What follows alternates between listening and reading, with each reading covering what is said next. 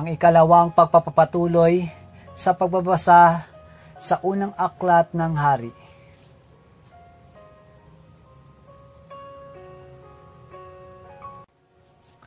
Unang hari, Kabanata 12. Ang pagtitipan sa Sikem. Pumunta sa Sikem si Roboam, sapagkat doon nagtitipon-tipon ang buong Israel upang siya'y kilalaning hari. Nasa Ehipto pa noon si Jeroboam na anak ni Nabat. Doon siya nagtago ng kasalukuyang inuusig ni Solomon. Nang mabalitaan ni Jeroboam ang mga pangyayari, umuwi siya mula sa Ehipto. Siya'y kanilang ipinasundo mula doon. Umarap nga kay Roboam si Jeroboam at ang buong Israel at sinabi sa kanya, "Napakabibigat po ang mga dalahing ipinapapasan sa amin ng inyong ama. Bawasan po ninyo ang pahirap na ginawa niya sa amin. Pagaanin ninyo ang pasanin na aming dinadala at paglilingkuran namin kayo." Sumagot si Roboam, "Bigyan ninyo ako ng 3 araw upang mapag-aralan ang bagay na ito. At pagkatapos bumalik kayo." Kaya umalis muna ang mga tao. Sumangguni si Roboam sa matatandang naglilingkod kay Solomon nang ito'y nabubuhay pa. Itinanong niya sa kanila kung ano ang dapat niyang gawin. At ganito ang sabi sa kanya ng matatanda, "Kapag pinagbigyan ninyo ang kanilang kahilingan at ipinakita ninyong handa kayong maglingkod sa kanila, kapag sila'y inyong pinakitunguang mabuti, maglilingkod sa inyo habang panahon." Ngunit pinawalang halaga ni Roboam ang payo ng matatanda. Sa halip, nagtanong siya sa mga kababata niya na ngayoy naglilingkod sa kanya, "Ano ang dapat kong isagot sa mga taong humihiling na pagaanin ko ang pasaning ipinataw sa kanila ng aking ama?" Ganito naman ang payo nila, "Sabihin mo sa mga taong dumaraing sa bigat ng pasaning ipinataw sa kanila ng iyong ama na ang kalingkingan mo'y mas matigas kaysa hita ng iyong ama. Nadadagdagan mo pa ang pahirap na kanyang ipinapasan sa kanila. At kung sila'y hinagupit niya ng latigo, hahagupitin mo naman sila ng mga panghampas na may tinik na bakal." Pagkalipas ng 3 araw, bumalik si Jeroboam at ang mga tao ayon sa iniutos sa kanila ng hari. Laban sa payo ng matatanda, marahas ang sagot na ibinigay ni Roboam sa mga tao. Ang sinunod niya ay ang payo ng kabataan, kaya't sinabi niya, "Kung mabigat ang dalahing ipinapasan sa inyo ng aking ama, dadagdagan ko pa iyan. Kung hinagupit niya kayo ng latigo, panghampas na may tinik na bakal ang ihahagupit ko sa inyo." Hindi nga nilimi ng hari ang karaingan ng bayan. Sa gayon, natupad ang sinabi ni Ahias kay Jeroboam na anak ni Nabat nang sila'y magsalubong sa Silo. Nang makita ng bayan na hindi sila pinansin ng hari ay sinabi nila, "Ano ang mahihita natin kay David? Wala tayong pakialam sa anak ni Jesse. Umuwi na tayo mga anak ni Israel. David, buwat ngayoy, bahala ka na sa iyong sambahayan."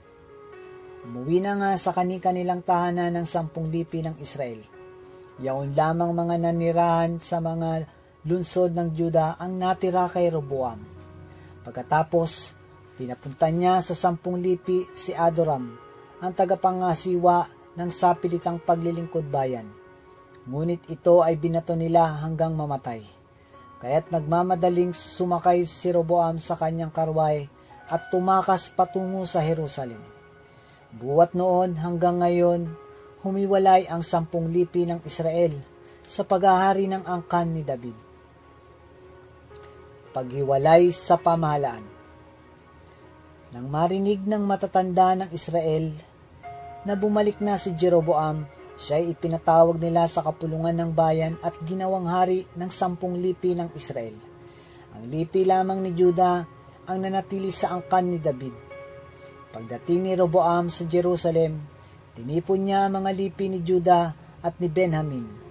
Nakatipon siya ng 180 mga libong mga sanay na mandirigma upang bakahin ang 10 lipi ng Israel at bawiin ang kanyang kaharian. Subalit sinabi ni Yahweh kay Ahias na kanyang lingkod, sabihin mo kay Roboam na anak ni Solomon at hari ng Juda na huwag na niyang bakahin ang 10 lipi ng Israel. Bayaan na niyang makauwi ang bawat isa sa kanya-kanyang tahanan sapagkat ako ang may panukala sa nangyari. Paghiwalay sa pagsamba. Pinatibay ni Jeroboam ang Sikem sa kabundukan ng Ephraim at doon siya tumira. Pagkatapos lumipat siya sa Penuel, sumaisip ni Jeroboam na kung magpapatuloy ang dating kaugalian ng kanyang mga nasasakupan, malamang na manumbalik ang mga iyon sa angkan ni David. Ito ang sabi niya sa sarili. Kapag ang mga taong ito'y hindi tumigil ng pagpunta sa templo ni Yahweh sa Jerusalem upang mag-alay ng mga handog, mauhulog uli ang kanilang loob sa dati nilang Panginoon, si Roboam na hari ng Juda, at ako'y kanilang papatayin. Kaya nga, matapos mapagkuro-kuro ang bagay na ito, gumawa siya ng 2 toreteng ginto at sinabi sa bayan, huwag na kayong mag-abalang umahon sa Jerusalem. Narito, bayang Israel, ang inyong Diyos na humango sa inyo sa Ehipto. Iniligay niya ang isa sa Betel at ang isa na may sa Dan. At ang bagay na ito'y naging sanhi ng pagkakasala ng Israel. May mga pumunta sa Betel upang sambahin iyong una. Mayroon namang nagtungo sa Dan upang sambahin ang ikalawa. Nagtayo pa siya ng mga sambahan sa burol at naglagay ng mga saserdoteng hindi mula sa lipi ni Levi, kundi mga karaniwang tao lamang. Ginawa niyang pista ang 15 araw ng 8 buwan ng taon, katulad ng kapistahang ipinagdiriwang sa Juda. Naghandog siya sa dambana sa Betel sa mga toreteng ginto na kanyang ginawa noon at pinapaglingkod niya roon ang mga saserdoteng inilagay niya sa mga sambahan sa burol. Pumunta nga siya sa dambanang kanyang ipinatayo sa Betel noong 15 araw ng 8 buwan na siya ang pumili. Iyo'y ginawa niyang pista sa 10 tribo ng Israel at siya mismo'y umakyat sa dambana at nagsunog ng kamangyang. Unang Hari, Kabanata 13. Sinumpa ang dambana sa Betel. Samantalang nakatayo si Jeroboam sa harap ng dambana sa Betel upang maghandog, dumating mula sa Juda ang isang lingkod ng Diyos. Pinaparoon siya ni Yahweh upang sumpain ang dambanang iyon. Wika niya, dambana o dambana, pakinggan mo ang ipinasasabi ni Yahweh. Sisilang sa angkan ni David ang isang lalaki na pangangalang Josias. Papatayin niya rito ang mga saserdote ng sambahan sa burol na naghahandog ng mga hain sa ibabaw mo. Pagsusunugan kanya ng mga buto ng tao. Ito ang tanda na si Yahweh ang nagpapasabi nito. Magkakadurog-durog ang dambanang ito at sasambulat ang mga abo na nasa ibabaw ng dambana. Nang marinig ni Haring Jeroboam ang sumpang iyon laban sa dambana ng Betel, itinuro niya ang lingkod ng Diyos at pasigaw na iniutos. Dakpi ng taong iyan, ngunit biglang nanigas ang kanyang kamay na itinuro sa lingkod ng Diyos. Ano pat hindi niya maikilos iyon. Noon din nagkadurog-durog ang dambana at sumambulat nga ang mga abo na nasa ibabaw ng dambana, gaya ng sinabi ng lingkod ng Diyos. Namanhik ang hari sa lingkod ng Diyos. Ihingi mo ako ng tawad sa Diyos at ipanalangin upang manauli ang aking kamay. Ginawa naman ng lingkod ng Diyos ang hiniling ng hari, at pagdakay gumaling ang kamay nito. Inanyayahan ng hari ang lingkod ng Diyos na sumama sa kanya at kumain sa kanyang bahay at pinangakuan pang bibigyan ng isang alaala. Ngunit tumanggi ang lingkod ng Diyos. Kahit na po ibigay ninyo sa akin ang kalahati ng inyong kayamanan, hindi ako sasama sa inyo.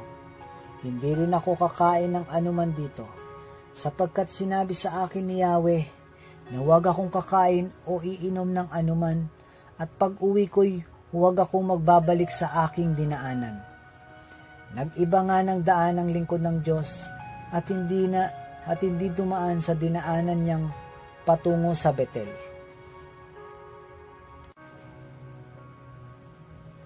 Itinakwil ni Yahweh ang sambahayan ng Jeroboam. Sa kabila ng ganitong pangyayari, hindi tumigil si Jeroboam sa kanyang masamang gawain. Patuloy pa rin siya sa paglalagay ng mga saserdoteng hindi mula sa lipi ni Levi. Sino mang may gusto ay ginagawa niyang saserdote ng mga sambahan sa burol. Dahil sa mga ginawang ito ni Jeroboam, kinamuhian ng Diyos ang kanyang sambahayan. Ito ang naging sanhi ng hindi niya pananatili sa pagkahari. Unang Hari, Kabanata 14. Ang pagkamatay ng anak ni Jeroboam.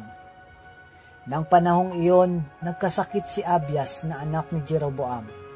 Kaya't sinabi ni Jeroboam sa kanyang asawa, "Magbalat kayo ka para hindi makilalang asawa ng hari, at pumunta ka sa Silo. Puntahan mo si Ahias, ang propetang nagsabi sa akin na maghahari ako sa bayang ito. Magdala ka ng 10 tinapay at 1 garapong pulot. Sasabihin niya sa iyo kung ano ang mangyayari sa bata." Gayon nga ang ginawa ng babae. Nagtungo siya sa Silo at pumunta sa bahay ni Ahias. Matandang-matanda na noon si Ahias at malabo ang paningin. Sinabi sa kanya ni Yahweh, "Pupunta rito ang asawa ni Jeroboam at itatanong sa iyo kung ano ang mangyayari sa kanyang anak na may sakit. Ganito't ganito ang sasabihin mo sa kanya. Magbabalat kayo siya upang di mo siya makilala." Kaya nga't nang maramdaman ni Ahias na nasa may pintuan na ang babae, sinabi niya, "Pasok kayo, mahal na reyna. Bakit pa kayo nagkukunwari? Malungkot na balita ang sasabihin ko sa inyo. Bumalik kayo kay Jeroboam at sabihin ninyo, ito ang ipinasasabi ni Yahweh, ang Diyos ng Israel. Hinirang kita sa karamihan at ginawang pinuno ng aking bayang Israel. Inalis ko sa sambahayan ni David ang malaking bahagi ng kaharian at ibinigay ko sa iyo. Ngunit hindi ka tumulad kay David na aking lingkod. Tinupad niya ang lahat kong iniutos. Sinunod niya ako ng buong puso at wala siyang ginawa kundi ang kalugod-lugod sa aking paningin. Higit ang ginawa mong masama kaysa nagawa ng lahat ng mga nauna sa iyo.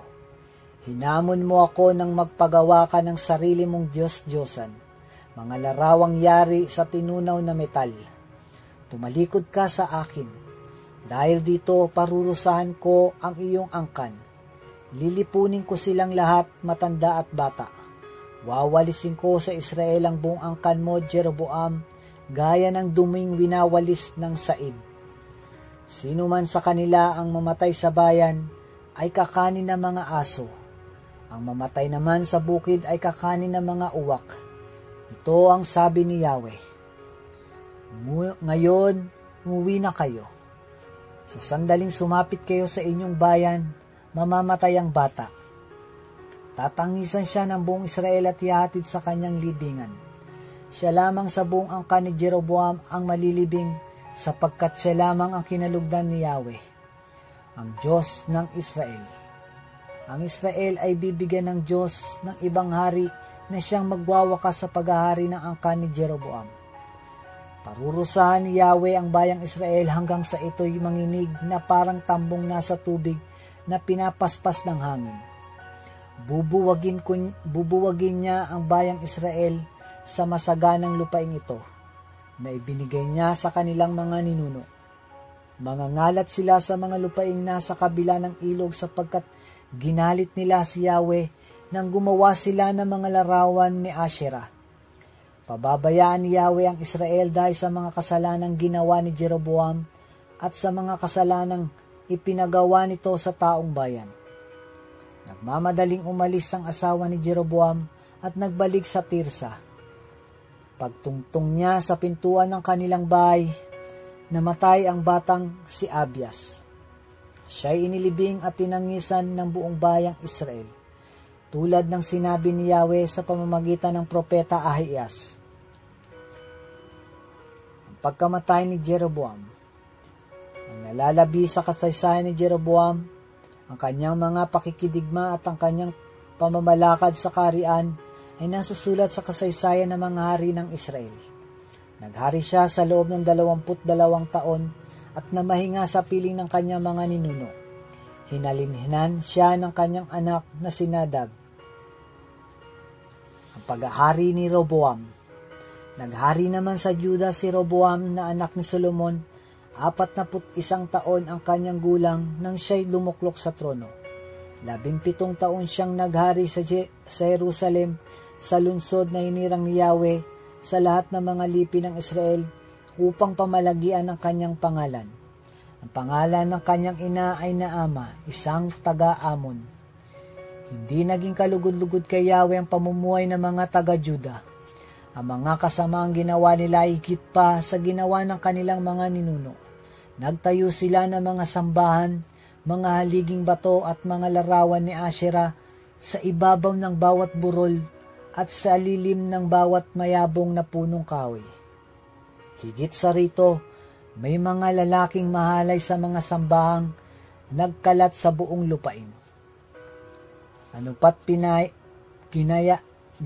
ng mga taong lahat ng mga kasuklam-suklam na kasalanan ng mga bansang pinuksa ni Yahweh nang dumating doon ang bayang Israel. Nang 5 taon ng paghahari ni Roboam, sinalakay ni Sisak na hari ng Ehipto ang lungsod ng Jerusalem. Kinuha niya mga kayamanan sa templo ni Yahweh at sa palasyo ng hari. Sinamsam niyang lahat, pati ang mga kalasag na ginto na ipinagawa ni Solomon. Pinalitan ni Roboam ang mga iyon ng mga kalasag na tanso at inilagay sa pag-iingat ng mga pinuno ng bantay sa hari na nagbabantay sa pintuan ng palasyo. Tuwing pupunta ang hari sa templo ni Yahweh, dala ng mga bantay ang mga kalasag na iyon. Pagkatapos, ibinabalik ang mga kalasag sa himpilan ng mga bantay. Ang ibang mga pangyayari noong hari si Roboam ay natatala sa kasaysayan ng mga hari ng Juda. Patuloy ang labanan ni Roboam at ni Jeroboam. Namahinga si Roboam nakasama ng kanyang mga ninuno at inilibing siya sa kanilang libingan sa kuta ni David. Ang ina niya ay isang Amonita na ang pangalay na Ama. Humalili sa kanya si Abiam na kanyang anak. Unang Hari, Kabanata 16, Talata 20. Pasimula ng paghahari ni Akab. Nagsimulang maghari sa Israel si Akab na anak ni Omri noong 38 taon ng paghahari ni Asa sa Juda.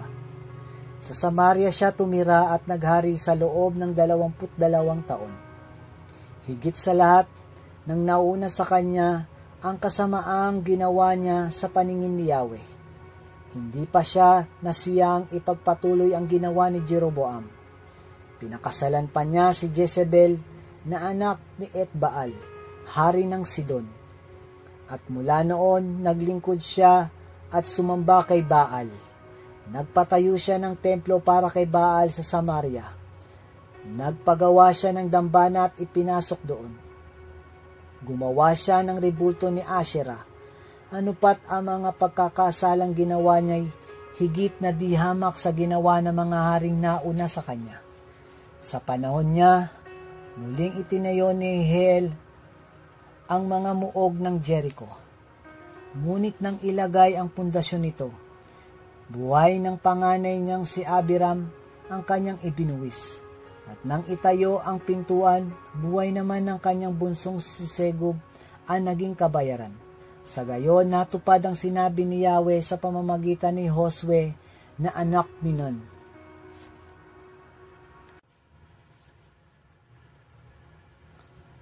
Unang Hari, Kabanata 17. Sinugo ng Diyos si Elias. Nagsalita kay Akab si Elias na taga Tesbi.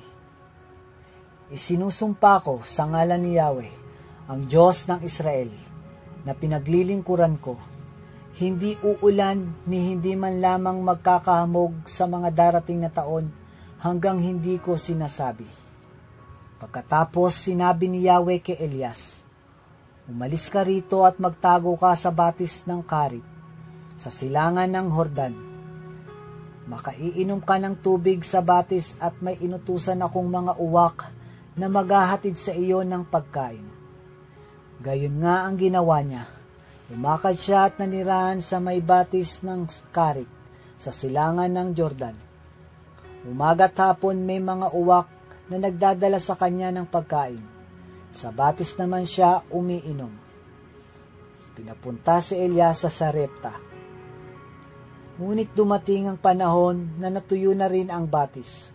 Kaya sinabi sa kanya ni Yahweh, umalis ka rito, pumunta ka sa Sarepta, sa lupain ng Sidon. May inutusan akong isang balo na magpapakain sa iyo roon.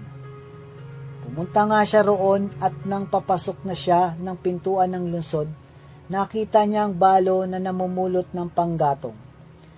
Sinabi niya sa babae, maaari po bang makiinom? Aalis na ang babae upang ikuha siya ng tubig nang pahabol niyang sabihin, kung maaari, bigyan mo na rin ako ng kaunting pagkain. Sumagot ang babae, alam po ni Yahweh na iyong Diyos na wala kaming tinapay. Meron pa kaming kaunting harina at kapatak na langis.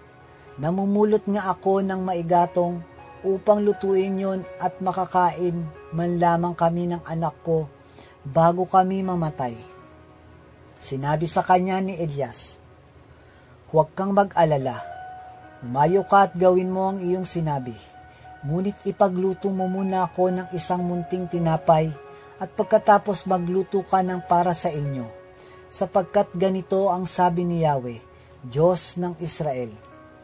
Hindi ninyo mauubos ang harina sa lalagyan at hindi rin matutuyo yaong langis sa tapayan hanggang hindi sumasapit ang talagang takdang araw na ang ulay marapating papatakin ng may kapal.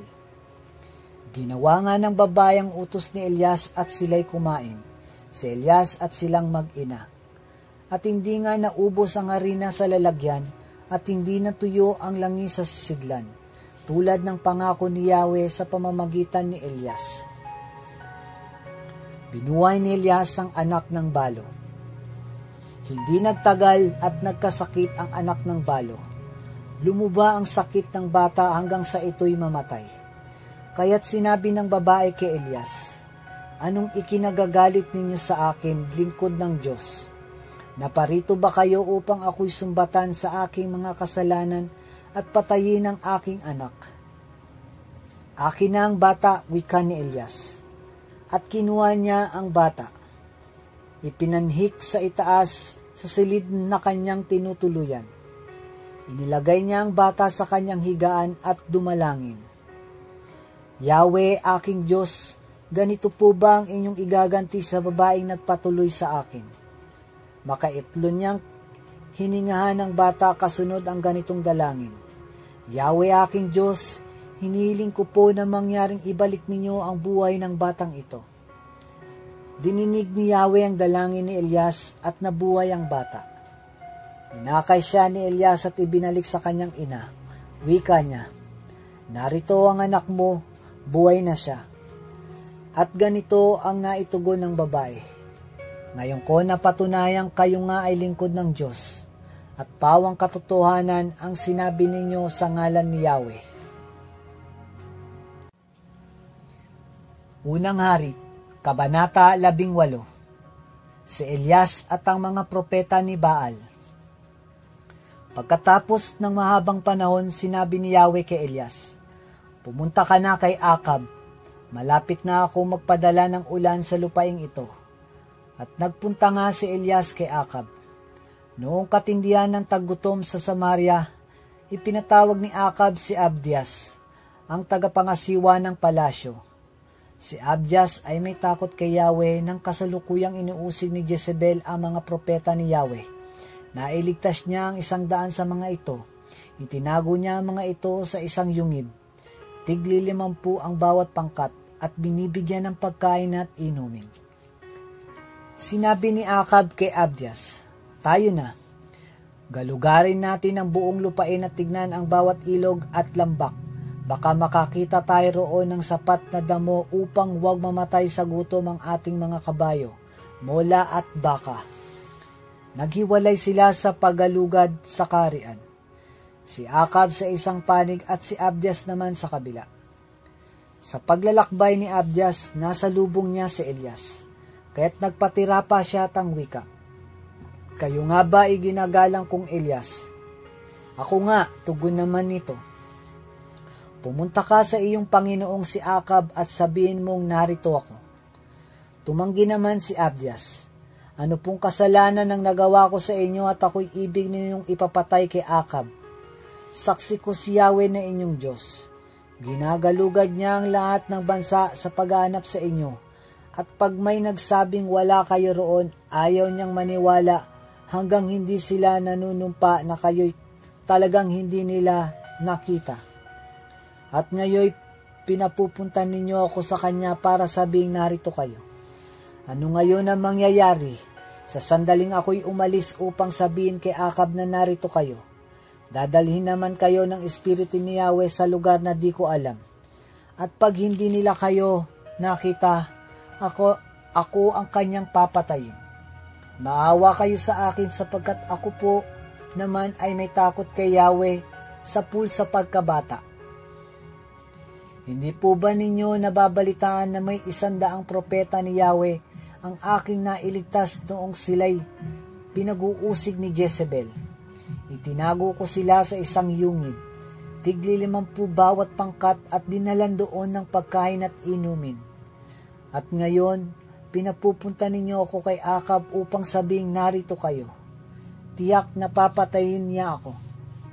Ngunit sinabi sa kanya ni Elias, "Isinusumpa ko sa ngalan ni Yahweh, haharap ako kay Akab sa araw na ito." Hinanap nga ni Abdias si Akab at sinabi ang lahat ng ipinasasabi ni Elias. At lumakad si Akab upang salubungin ang propeta. Pagkakita ni Akab kay Elias ay sinabi nito, "Ikaw nga ba salot ng Israel? Hindi ako ang namiminsala sa Israel, kundi kayo at ang angkan ng inyong ama, sapagkat sinuway ninyo ang mga utos ni Yahweh at ang pinaglingkuran ninyo'y si Baal.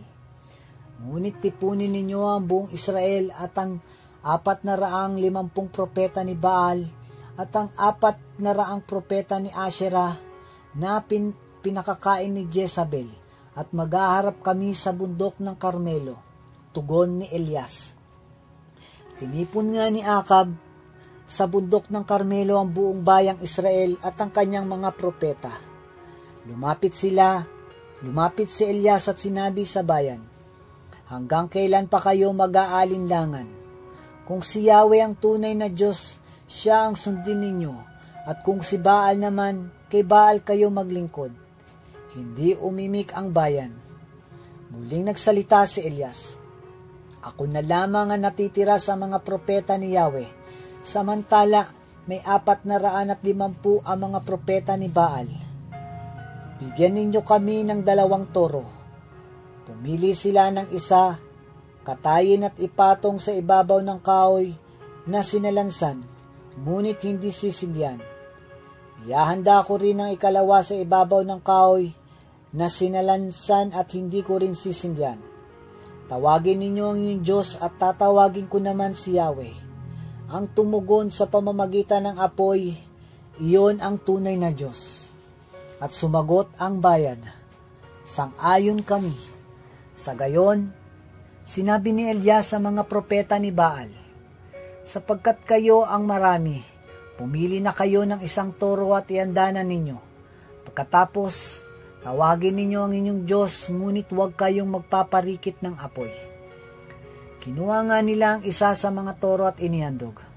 Mula sa umaga hanggang tanghali, tinawagan nila si Baal.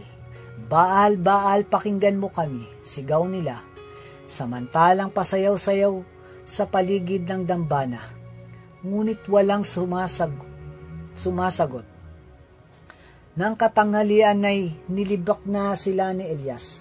Wika niya, Lakasan pa ninyo. Alam naman ninyo ang inyong Diyos.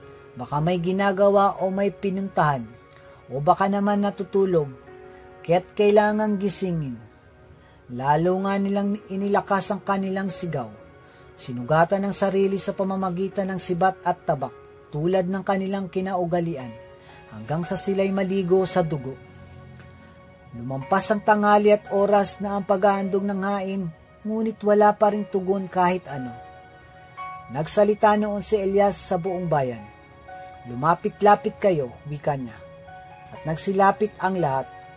Niayos niya ang dambana roon ni Yahweh na matagal nang gumuho.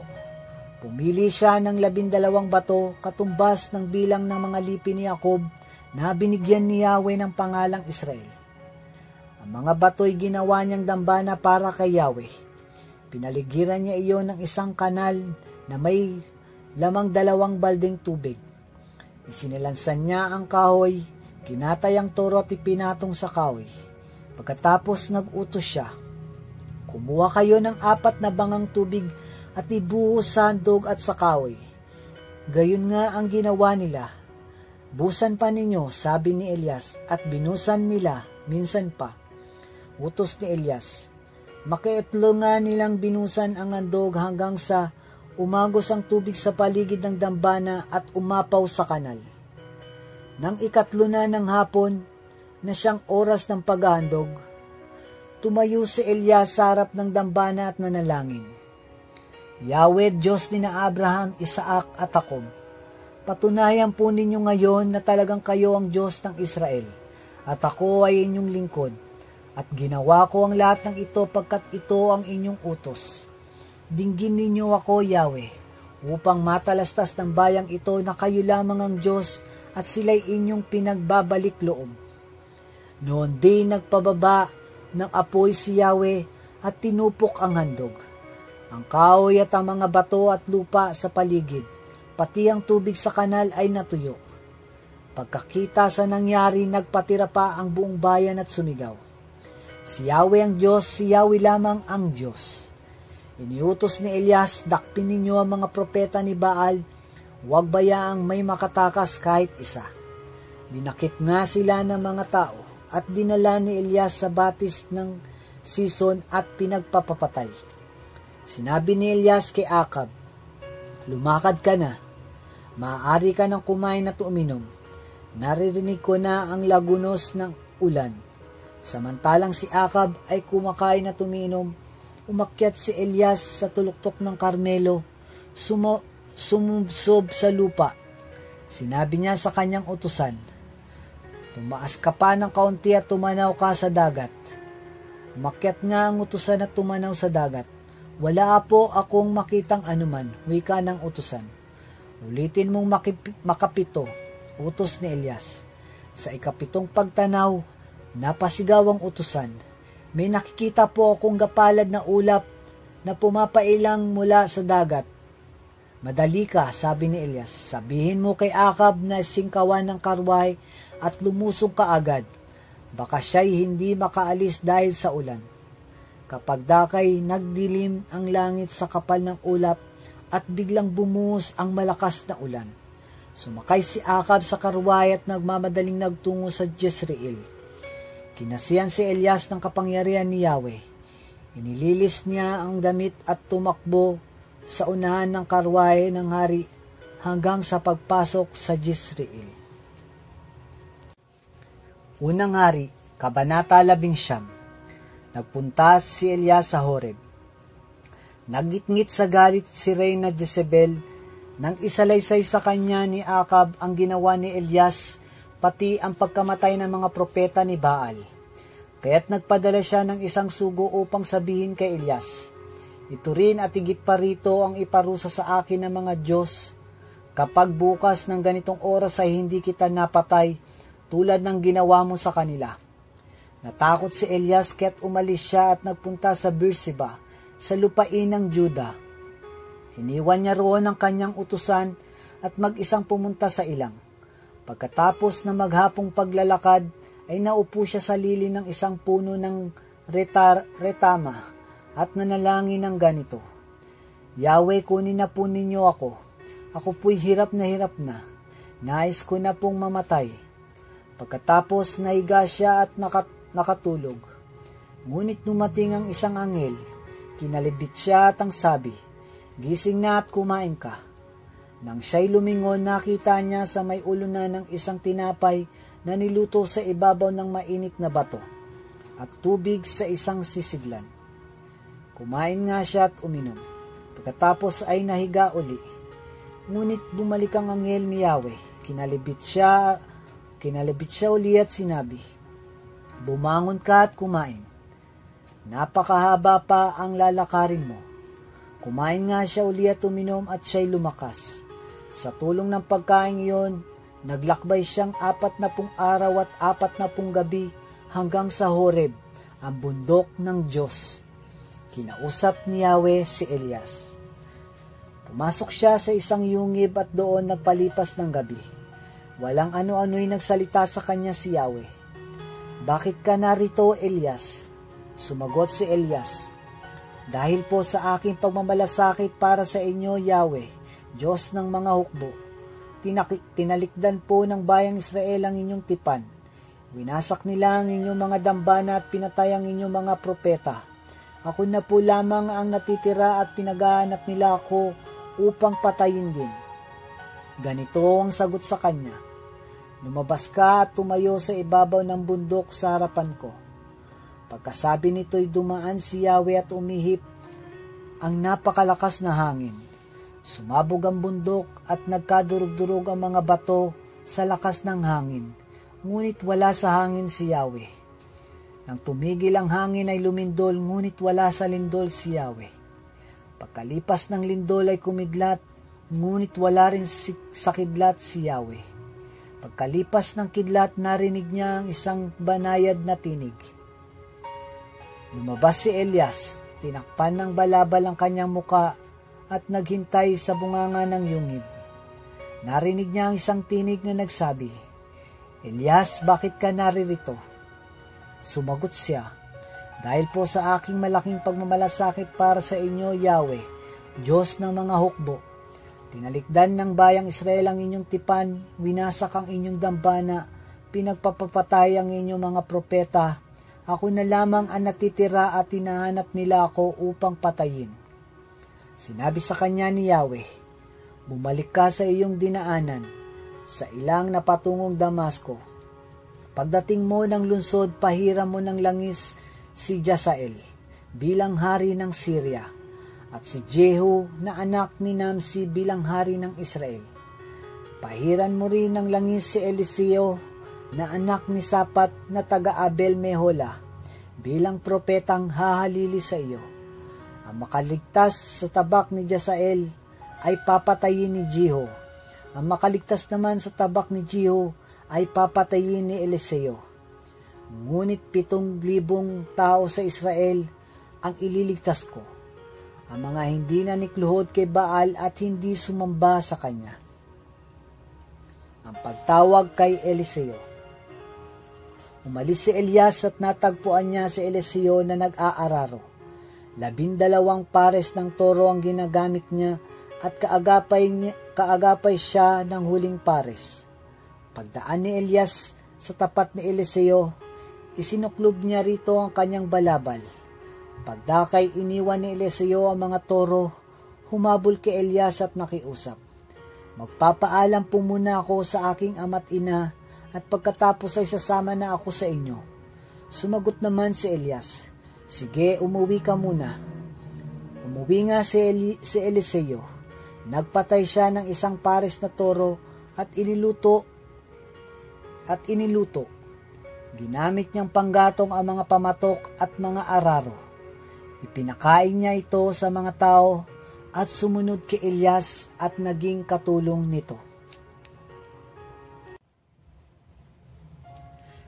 Dito natatapos ang ikalawang pagbasa natin sa unang aklat ng hari. Salamat sa inyong pakikinig at pagpalain kayo ng Diyos.